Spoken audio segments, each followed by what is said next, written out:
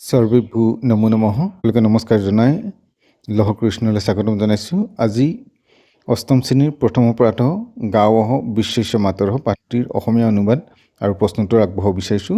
ভিডিঅ'টো আৰম্ভণিৰ পৰা শেষলৈকে চাবা আৰু লাইক কমেণ্ট কৰি কেনে লাগিছে জনাবলৈ নাপাহৰিবা। গাঁৱহ বিশ্বস্য মাতৰহ, গাই গৰু হ'ল বিশ্বৰ মাতৃস্বৰূপ। অস্মাকম দেশহ কৃষি প্ৰধানহ দেশ অস্তি। আমাৰ দেশখন এখন কৃষি প্ৰধান দেশ। তথ্য অনেকেই জনাহ গ্ৰামেষু নিবসন্তি। ইয়াত সৰহসংখ্যক মানুহেই গাঁৱত বাস কৰে। গ্ৰামে প্ৰায়ঃ সৰ্বেষাং গৃহেষু গাঁৱহ ভৱন্তি। গাঁৱৰ প্ৰায় সকলোবোৰ মানুহৰ ঘৰতে গৰু পোহে।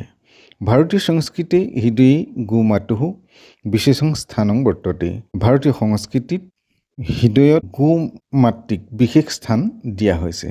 গৌ ন কেৱলং পশুঃ, গৰু কেৱল পশুৱেই নহয়, অপিতু মাতৃবৎ পূজ্যা অস্তি, মাতৃৰূপেও পূজা কৰা হয়। বেদেষু পুৰাণেষু উপনিষদেষু ধৰ্মগ্ৰন্থেষু ৱা গং প্ৰবৃত্তং কল্যাণকাৰিণী চ মান্যতে।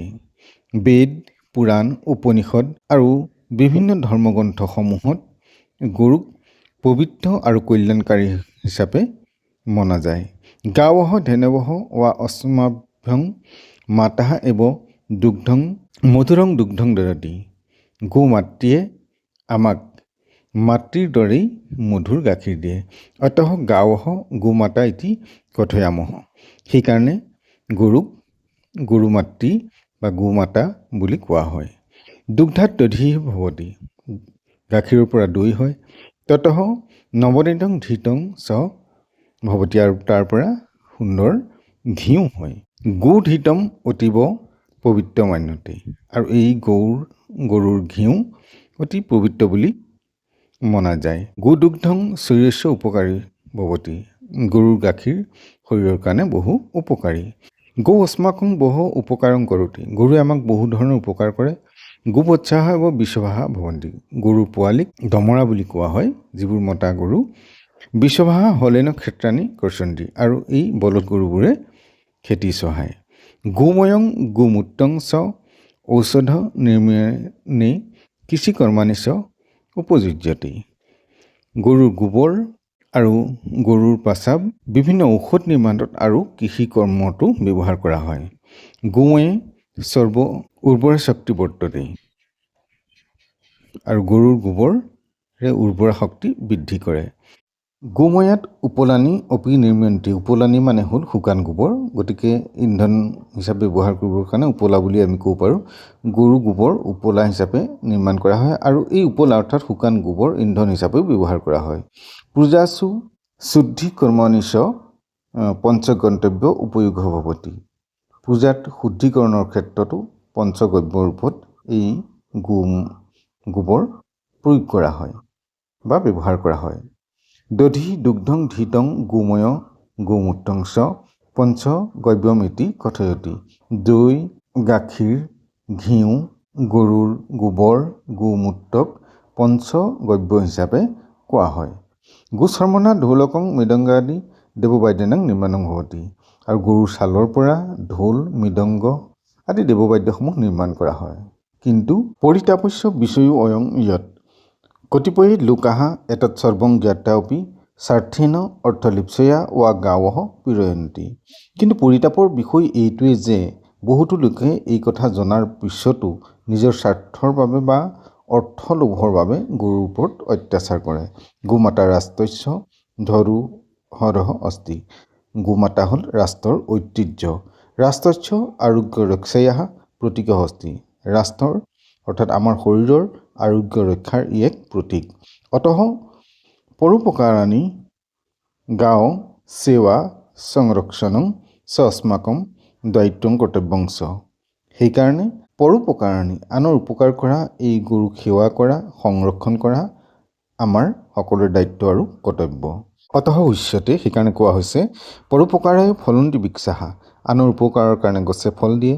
পৰোপকাৰায় বহন্তি নদ্যঃ, আনৰ উপকাৰৰ কাৰণে নদী বৈ যায়।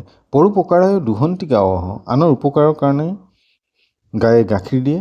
পৰোপকাৰাৰ্থম ইদম শৰীৰম, আনৰ উপকাৰৰ বাবে আমাৰ এই শৰীৰ।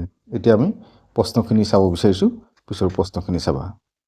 গো উত্তৰাণি লিখত अस्माकं देशः कीदृशः देशः अस्ति उत्तर कृषिप्रधानः गोदुग्धात् किं भवति उत्तर दधिः भवति गोदुग्धं कस्मै उपकारो भवति शरीराय ग्रामे सर्वेषां गृहेषु काः भवन्ति गावः का अस्माकं बहु उपकारं करोति गौ 2 নম্বৰতে আহিলে পূৰ্ণ বাক্যেন উত্তৰায়ত সম্পূৰ্ণ বাক্যত উত্তৰ দিব লাগে কেছু কেছু গৌ প্ৰবৃত্তং কল্যাণকাৰী চ মান্যতে বেদেষু পুৰাণেষু উপনিষদেষু ধৰ্মগ্ৰন্থেষু চ গৌ কল্যাণকাৰী চ মান্যতে দুগ্ধাত কিং ভৱতি দুগ্ধাত দধিः ভৱতি কিং কিং পঞ্চগব্যম ইতি কথয়তি দধি দুগ্ধং ধৃতং গোময় গোমূত্ৰং চ পঞ্চগব্যম ইতি কথ্যতে अस्माकं দায়িত্বং কিম गावः सेवा संरक्षणं च अस्माकं दायित्वं गोश्रमणा केशां निर्माणं भवति गोश्रमणा ढोलं मृदंगादि देवबाद्यं निर्माण भवति रिक्त स्थान पूरठार खाली ठाई पूर কৰিব লাগে প্ৰথমটো গোমাতা তাৰপিছত উৰ্বৰশক্তি তাৰপিছত আৰোগ্য ৰক্ষায় গাৱহ পবিত্ৰ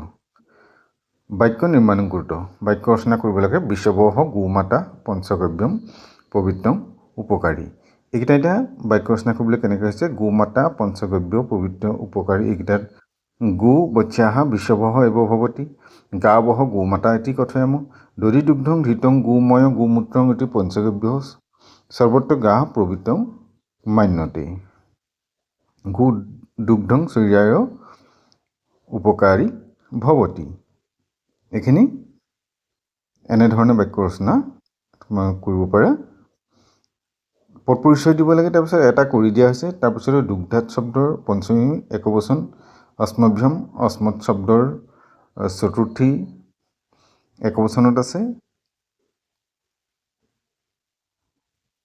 अस्मत् शब्दर चतुर्थी बहुवचन আছে বেদ শব্দৰ সপ্তমী বহুবচন গো শব্দৰ তৃতীয় একবচন শৰীৰ শব্দৰ চতুৰ্থী একবচন এইখিনি আছে গতিকে প্ৰশ্নখিনি ভাল ধৰণে তোমালোকে কৰিবা আজিলৈ পাঠ ইমানতে সামৰিছো পৰৱৰ্তী নতুন পাঠ লৈ তোমালোকৰ মাজলৈ আহিম চেনেলটো চাই থাকিবা আৰু চেনেলটো যদি নতুন এবাৰ সাবস্ক্ৰাইব কৰি বেল আইকনটো প্ৰেছ কৰিলে পৰৱৰ্তী পাঠসমূহ লগে লগে লাভ কৰিবা নমো নমঃ